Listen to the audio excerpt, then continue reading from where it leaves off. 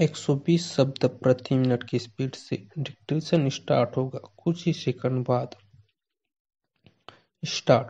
अध्यक्ष महोदय, मैं आपका कृतज्ञ हूँ कि आपने मुझे इस पर बोलने की आज्ञा दी।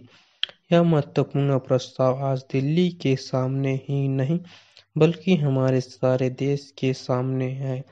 पिछले 2-2.5 साल से बराबर हम इस पर विचार करते आ रहे हैं और यह सोच रहे हैं कि हमारे देश में जो असमानताएं हैं उनको किस प्रकार से दूर किया जाए।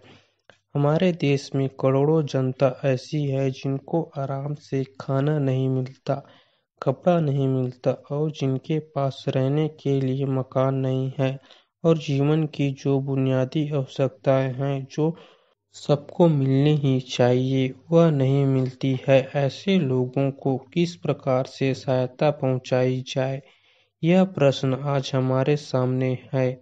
इस संबंध में जैसा कि माननीय सदस्यों को मालूम होगा कि हमारे देश में जो सबसे मुख्य पार्टी कांग्रेस पार्टी है वह इस प्रकार के आयोजनों को आगे बढ़ा रही है। इस बात पर कई महीनों से विचार हो रहा है।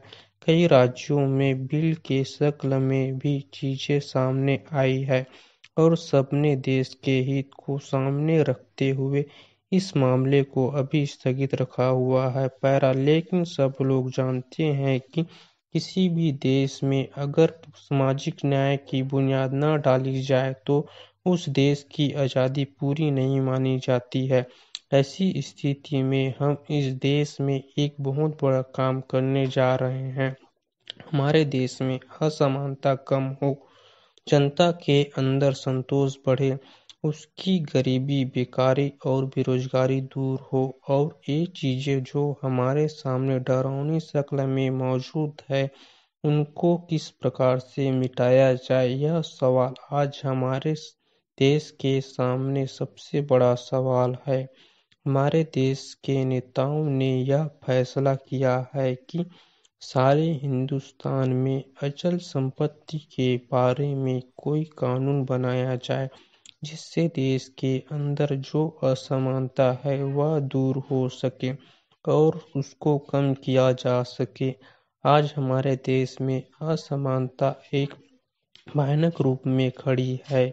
हालांकि हमारे देश के अंदर आय भी कुछ बढ़ी है, लेकिन इसके बावजूद हमारे देश में वह संतोष नहीं है, वह बुनियादी चीजें नहीं है जिसके बल पर हम इस देश में असमानता कम से कम कर सके। यही कारण है यह प्रस्ताव आज हमारे पास लाया गया है। देश की आर्थिक अवस्था का जो विवरण वित्त मंत्री जी ने हमारे सामने प्रस्तुत किया है वह संतोषजनक है। हम देश की आर्थिक अवस्था को मजबूत बनाने की दिशा में अग्रसर हो रहे हैं।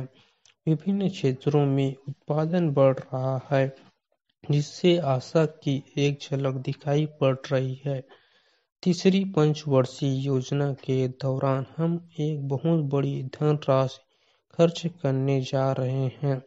यह भी एक आशाप्रद बात है। लेकिन अध्यक्ष महोदय, पिछले साल भी मैंने वित्त मंत्री जी का ध्यान इस बात की तरफ खींचा था और आज फिर खींचता हूँ कि वर्तमान आर्थिक अवस्था का चित्र हमारे सामने रखने के साथ ही साथ उन्हें यह भी बतलाना चाहिए था कि इस देश के अंदर उत्पादन में जो वृद्धि हुई है वह समाज के किस अंग में किस रूप में उपयोग में लाई गई है।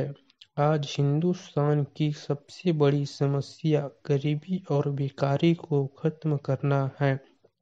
ये दोनों बीमारियां हमारे समाज के अंदर कैंसर की बीमारी की तरह से है।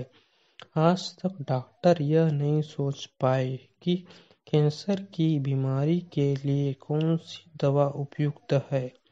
उसी तरह वित्त मंत्री जी इस विद्या के विशेषज्ञ होते हुए भी इस बीमारी की असल दवा हमें बतलाने में असमर्थ रहे। स्टॉप। डेली इसी तरह के न्यू डिक्टेशन पाने के लिए इस चैनल को लाइक, शेयर एंड सब्सक्राइब करना ना भूलें। Thanks for watching.